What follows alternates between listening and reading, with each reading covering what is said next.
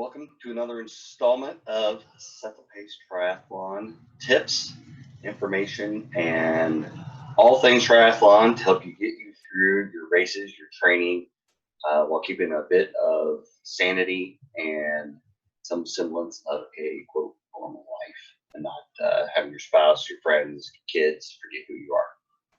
Anyway, we're going to jump into one of the topics I find myself talking to my athletes and just triathletes in general: pool toys, because I'm a big fan of utilizing pool toys when you're doing swim workouts at the gym.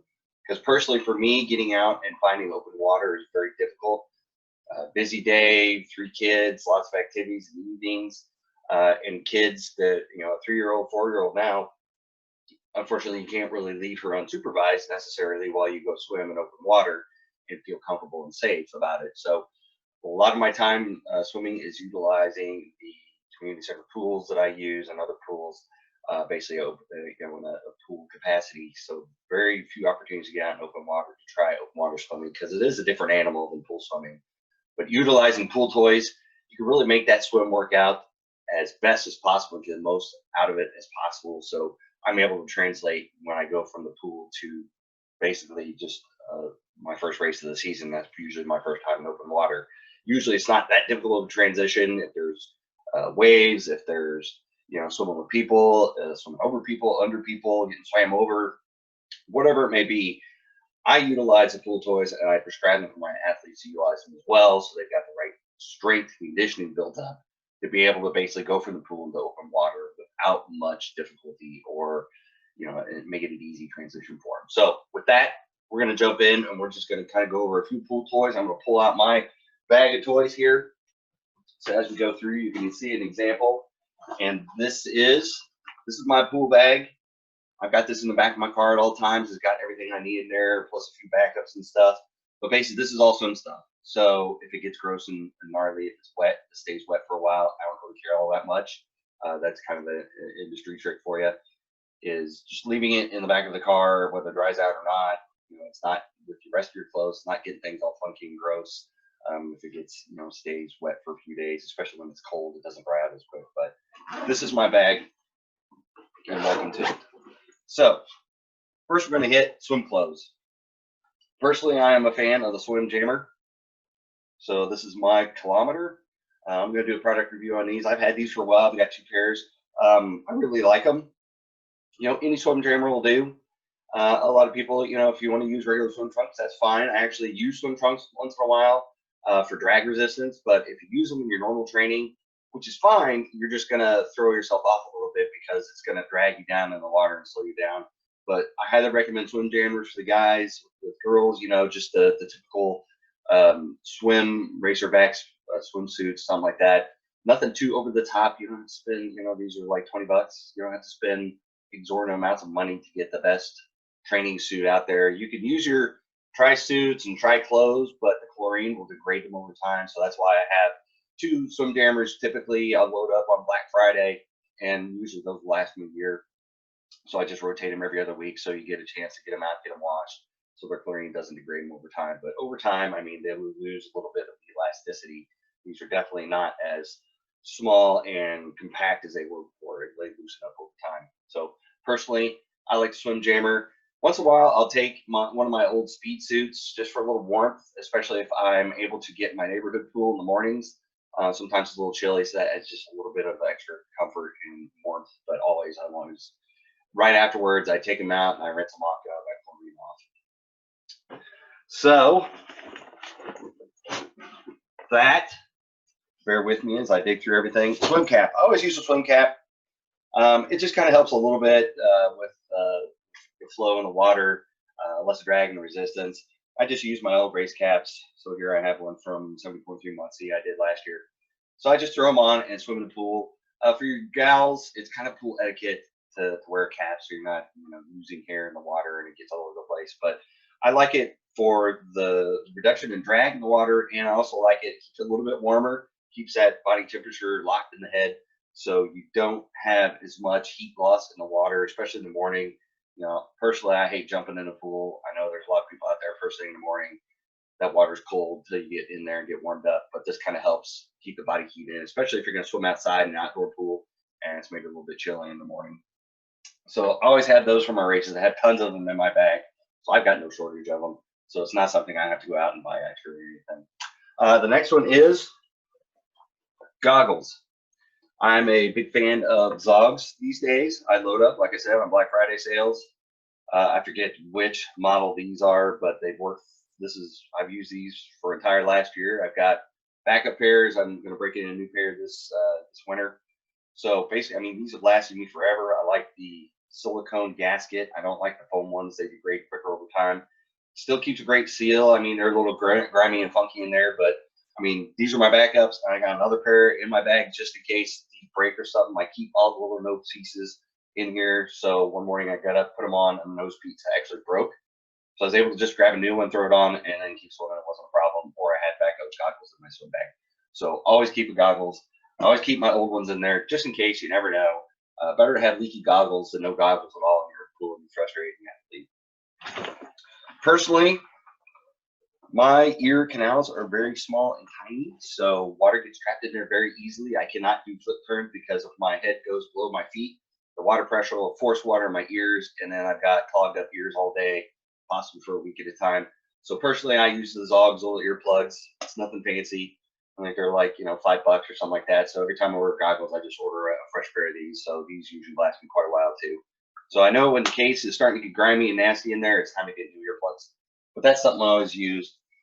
Nose plugs, some people use them. I don't use them necessarily. I do use them if I'm using a snorkel, so I'm not tempted to try to breathe through my nose or take in water or whatever. But personally, I don't use them on a regular basis, but there's some people out there, so stash the nose plugs in your swim bag. This is where we start getting into real fun with the toys. Swim paddles.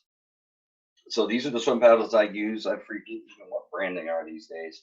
I've had them so long, they've hit the end of the pool so many times, it's kind of shearing off the end a little bit, kind of rubbing off. But like I said, I've had these for probably 2 or 3 years. I think they're a Kiefer model.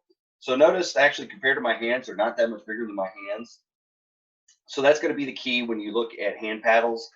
The bigger they are, the more resistance they're going to provide and the more muscle and strength component they're going to be to it. So I wouldn't just go out there and get the bigger paddles, the biggest paddles you can, just because you think you'll swim faster. I would start off with a smaller to medium-sized paddle that's almost kind of close to your hand. So when you put them on, it's not that big of a difference, because if you get too big of paddles and go out there and spend too much time in the pool, it can actually cause problems, rotator cuff injuries, shoulder injuries, back injuries, all kinds of other stuff. So make sure when you get swim paddles, you're smart about what size you get to start off with.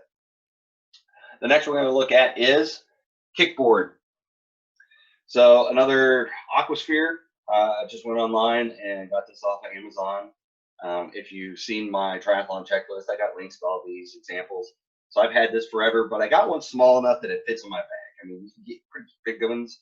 I mean, but for the most part, it's just I do a few kick sets. I prescribe them as well. There's also some other swim drills where you got the paddle out and you're doing the catch-up drill. And you're using that paddle as a way to force yourself, make your hands meet in the middle, so you're not doing the windmill move.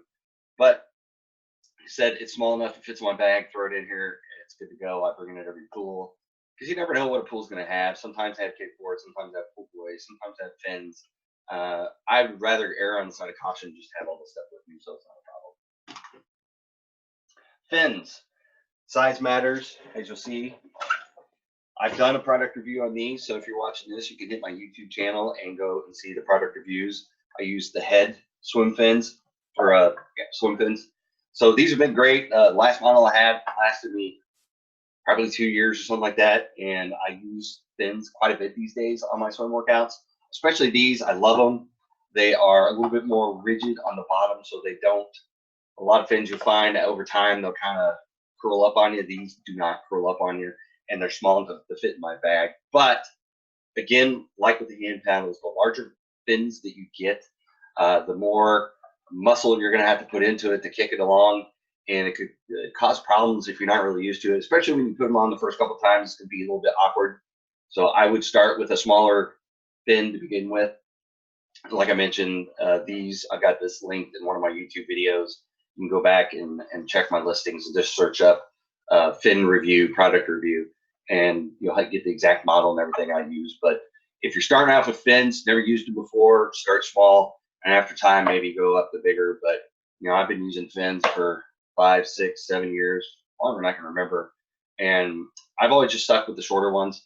I like a little bit of extra oomph when I'm doing kick drills or when I'm doing other swim drills with the fins on, but I don't want them to overtake how much effort I have to put into actually using my arms and swimming too.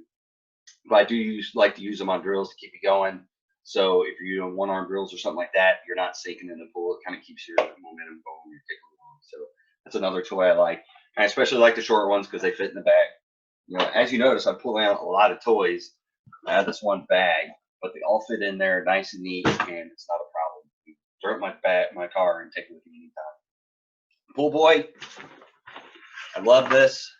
I use it a lot. I prescribe it a lot for my athletes. You just stick it between your legs, squeeze your thighs together, and it keeps you from kicking your legs, and it helps keep your rear end a little bit up and keeps your body position good in the water. So this is another toy. This is usually they'll last me, I think, 5 years or something like that. I do get a little tore up on my bag, but at the end of the day, it's a foam pool boy, so I don't spend that much and just get it replaced whenever I need a new one. So nothing, no rocket science there. Hand weights. No, you're not going to be doing arm curls in the pool, but I do prescribe for my athletes doing one-arm drills, holding a weight in one hand. I actually learned this from the Tri Zoo camp and Kaylee Jones. She did a few workouts with this, and it was rather interesting, and I liked it, so I put it in my workouts too. So you're doing a one-arm drill with one arm right in front, holding a weight. So you actually have to put a little bit of effort. It's not just one arm out front, it's one arm with a weight, where you got the weight behind your back, and it gives your hand something to hold on to. So this is just something we had around the house. This one's like bean filled, but you can get little rubber coated weights. It's perfect. Just got to be careful. Don't drop it in deep into the pool, or else you'll be doing some deep water diving. So I've got those in my bag. The next one is a snorkel. So I personally, I've used it a few times. I'll be the first to admit, I am not very skilled at not being able to suck in water through my nose, and it kind of defeats the purpose of the snorkel. So I've got a nose plug, and I do it every once in a while, but I do like to see it. And maybe I should do as I say, not necessarily as I do, is use this as often as possible because it helps you. You don't have to focus on your breathing, rotating to the side to get the breaths. So you can swim with this, and then you can watch your hands enter the water. You can actually see if you're doing your pull correctly, or if you're just flatting arming it, or watch your hands when you're underneath your body. Are you pulling up a little bit? Are you a little bit short? Or are you coming through your thigh? You actually watch quite a bit of your stroke without having to come up for air. And it's just a nice little additive to be able to focus on other parts of your swim stroke. So I've got that in my bag. I don't use it as often. It's because I said I'm not very adept at not being able to take in water through my nose, even with a nose plug, and it's just kind of a mess. And maybe I should incorporate that first with one of my girls. But I make my athletes do it, so it's all good. The last one is bands. So what are you going to do with bands? You put them around your ankles and you swim. So you can do it with a pool boy. If you do use bands and tie up your feet at the pool, you'll notice your rear end just sinks like a rock. So you're going to be incorporating your core more to get your bottom out of the water, or up at least to the surface of the water, and you're going to have to work more because it just makes you, without even with a pool boy, you can still kind of spread your legs apart and kind of kick them a little bit and keep your rear end to the surface and keep your legs up. But with this, you really have to work for it, and it's a drill I put in for some of my athletes. And again, something else I was exposed to at the Zoo camp last year. I'd kind of known about it, but I hadn't incorporated very much. But she made us do it, and man, just doing a set of 25s with this on your legs is almost akin to just doing a straight 3,000 meter workout. It's intense, and you have to be comfortable in the pool to be able to put this on your legs and go swim back and forth. So it's something I put in my bag. I mean, this is just a workout band that I tied together and just wrap around your feet in the pool and take it off and lay it on there. So as you can see, I've got a big pile of pool toys. So I am one of those people you see at the pool. They got everything laid out. They're doing the workouts. Don't be ashamed. Don't hide. Don't be embarrassed about it. this is a good tool to use when you're triathlon focused and you want to be doing open water swims, ocean swims. I did all my training for Ironman Florida indoors. Maybe I got out once or twice, and most of it was in races. But you're out there in the ocean, you're out there with waves, you're out there with, sea creatures. Who knows what's underneath you? You're out there with other swimmers getting beat up and smacked around. It's just been integral in my ability to train properly, to go out and swim in open water and have good swim times and a good experience overall. So I highly recommend them. I put them in all my workouts for my athletes. And this is just a quick rundown. Like I said, you can go search up product reviews that I've done on my YouTube page. If you have any questions or you want examples of products, put a comment on the video or reply back to the emails for my groups and everybody that sees this. And I'll be more than happy to go through and list off a couple examples of the products I use. So with that, we're going to wrap it up. This is just a quick summary of the pool toys that I recommend for athletes and triathletes out there hoping to get the most out of their swim workouts.